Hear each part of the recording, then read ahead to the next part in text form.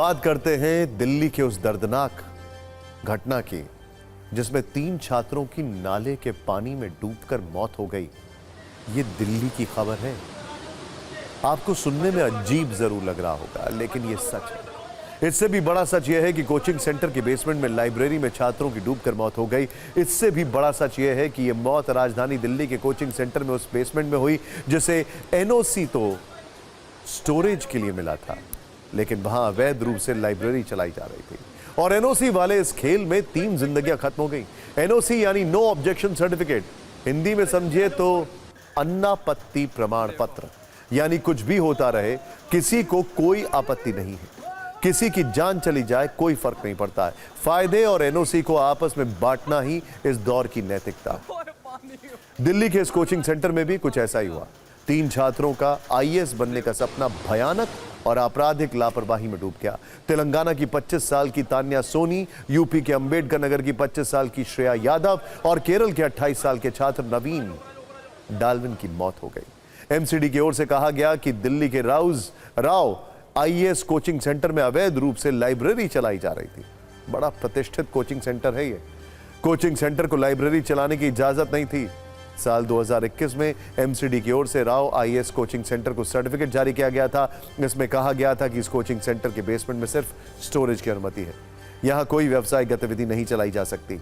सिर्फ इतना ही नहीं, यह भी कहा जा रहा है कि बिल्डिंग प्लान और फायर ब्रिगेड के एनओसी में कोचिंग के अधिकारियों ने झूठ बोला था। यह बताया था कि बेसमेंट का इस्तेमाल सिर्फ पार्किंग और स्टोर रूम के लिए किया जाएगा, लेकिन वहां क्या हो रहा था यह पूरे देश ने देखा। बेसमेंट में न सिर्फ अवैध रूप से लाइब्रेरी चलाई जा रही थी, बल्कि सिर्फ कुछ देर की बारिश में यहां मौत का ऐसा सैलाब आया कि 3 युवाओं की मौत हो गई। इस दर्दनाक हादसे के बाद प्रशासन कुंभकर्ण वाली नींद से जागा है और धड़ाधड़ कार्रवाई की जा रही। सोचिए जरा, क्या एक दुर्घटना होना जरूरी था?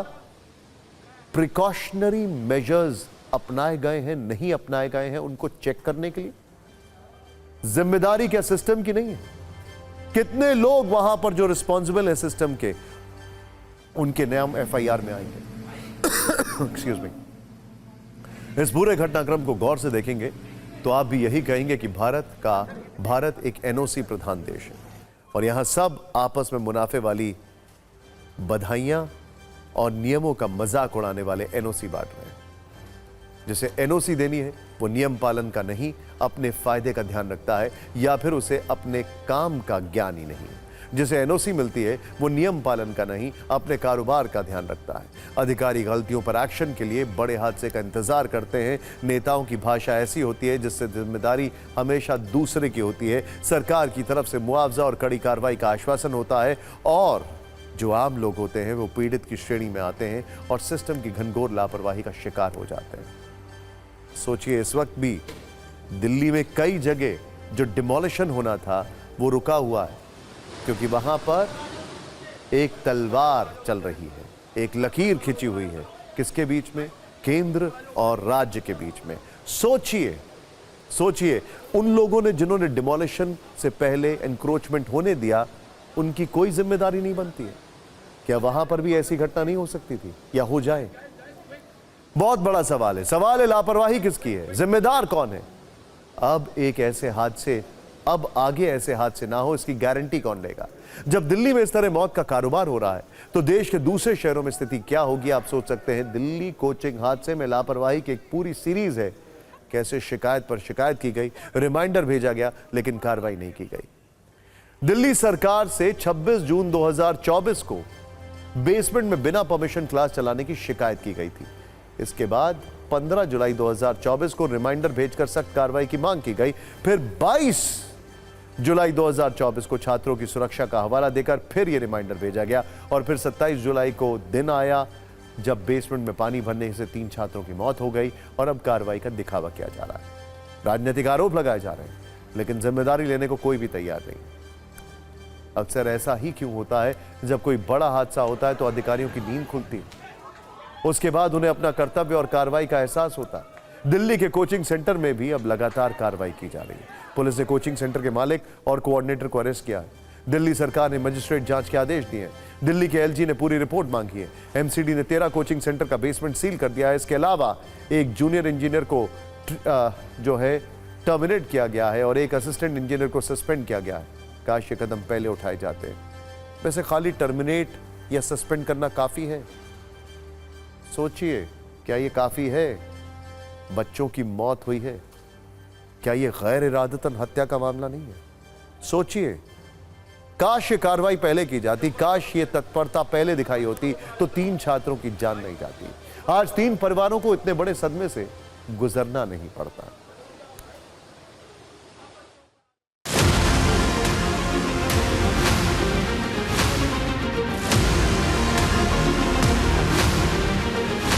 एमसीडी ने अब 3 छात्रों की मौत के बाद जागने का संदेश दिया कि वो जाग चुकी है और उसका उदाहरण यहाँ पर सामने है। एमसीडी के जो बुलडोजर्स हैं वो यहाँ पर पहुंचे हैं। कोचिंग सेंटर के सामने जो अवैध निर्माण है उसको यहाँ पर हटाया जा रहा है। आज दिल्ली पुलिस ने दरअसल एक गाड़ी को इंपाउंड किया है। वो गाड़ी है जो कि इंस्टीट्यूट के सामने जिस वक्त पानी भरा हुआ था वहां से काफी तेज रफ्तार के अंदर गुजरी, जिसकी वजह से जो पानी का फ्लो था वो काफी तेज हुआ और उस वजह से जो बेसमेंट में जो लोहे का गेट लगा हुआ था वो गेट टूटा और पानी जो है वो सीधा बेसमेंट में जहां पर लाइब्रेरी बनी हुई थी वहां पर भरता चला गया। यहाँ कोई भी लाइब्रेरीज ग्राउंड मतलब बेसमेंट के अलावा ग्राउंड फ्लोर या फर्स्ट फ्लोर पे हैं ही नहीं, तो प्रॉब्लम तो बच्चों को आएगी, बट ये सिक्योरिटी कंसर्न है।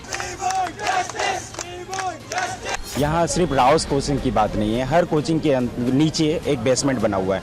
आप पूरा ORN में घूम लो तो 99% बेसमेंट में लाइब्रेरी चल रही है। कोचिंग माफिया की तानाशाही नहीं चलेगी। मैंने लास्ट वेडनेसडे को ये इंसिडेंट के 3 दिन पहले मैंने कंप्लेन की थी कि एक्शन लीजिए। उन्होंने लिखा ये कितनी तारीख की कंप्लेन है आपकी? ये 24 की है। 24 की चीज है, मैं दिखाती हूँ पूरा। और शनिवार को ये हादसा हुआ। देखिए पूरा प्रॉपर कंप्लेन है विद फोटोज। प्रशासन शासन से ऐसे चलता रहेगा, ऐसे आप रहेंगे तो कैसे काम चलेगा? अपना बच्चा बाहर कैसे भेजेगा पढ़ने के लिए? दिल्ली में है कि आप बेसमेंट में कंस्ट्रक्शन नहीं करवा सकते हैं। ये प्रशासन कैसे बेसमेंट बनवा के उसमें कोचिंग भी चला रहे हैं।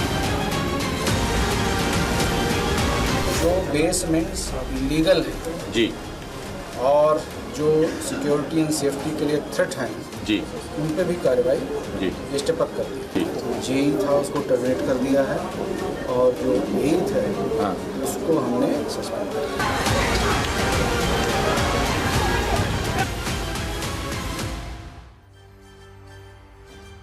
दिल्ली में कोचिंग चलाने के नियम क्या हैं ये भी आपको बताते हैं।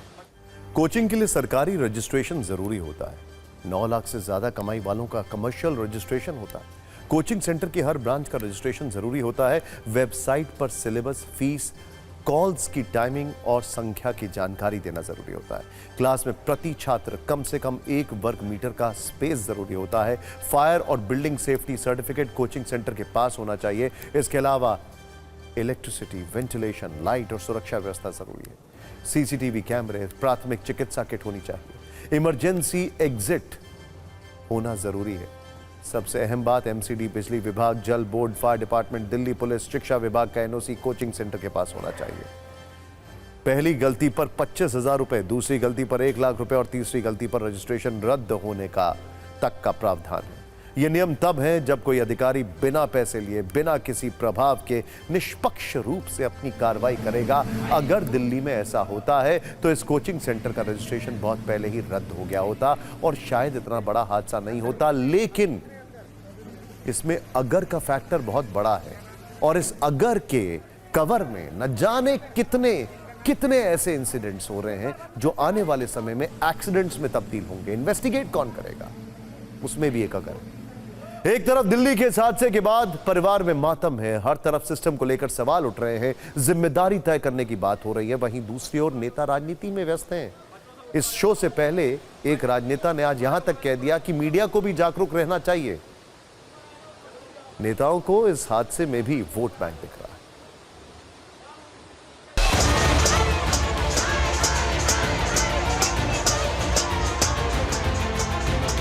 अपने आप में एक लापरवाही नहीं, बल्कि ये एक प्रकार का एक आपराधिक कृत्य है, एक प्रकार की क्रिमिनल नेग्लिजेंस है, जिसमें जानते बूझते बच्चों को उस हद तक उनके जीवन को खतरे में डालने के तक ले जाया गया। ये बीजेपी की गहरी साजिश है कि दिल्ली को नरक बना के रखो, बर्बाद करके रखो। इनको एक्सपोज करेंगे इनको पूरे देश और दिल्ली के सामने इनको एक्सपोज करें।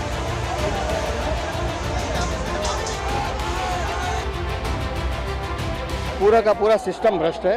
आम आदमी पार्टी की सरकार इसके लिए दोषी है। वहाँ का स्थानीय विधायक जिसको 25 दिन से लोग कह रहे थे नालों की सफाई करा दो, कोई जवाब नहीं उनके पास। आज दिल्ली जान चुकी है कि इस प्रकार की हरकतें अधिकारी क्यों कर रहे हैं। इसलिए कर रहे हैं क्योंकि उनको एलजी साहब का और भाजपा का आशीर्वाद प्राप्त है। बहुत दुख से मुझे कहना पड़ता है कि दिल्ली सरकार की लापरवाही, यहाँ तक कि आपराधिक लापरवाही के कारण इन बच्चों ने अपनी जान गंवा दी। मैं भारतीय जनता पार्टी से पूछना चाहता हूँ, मैंने तो एमएलए तक को बता दिया।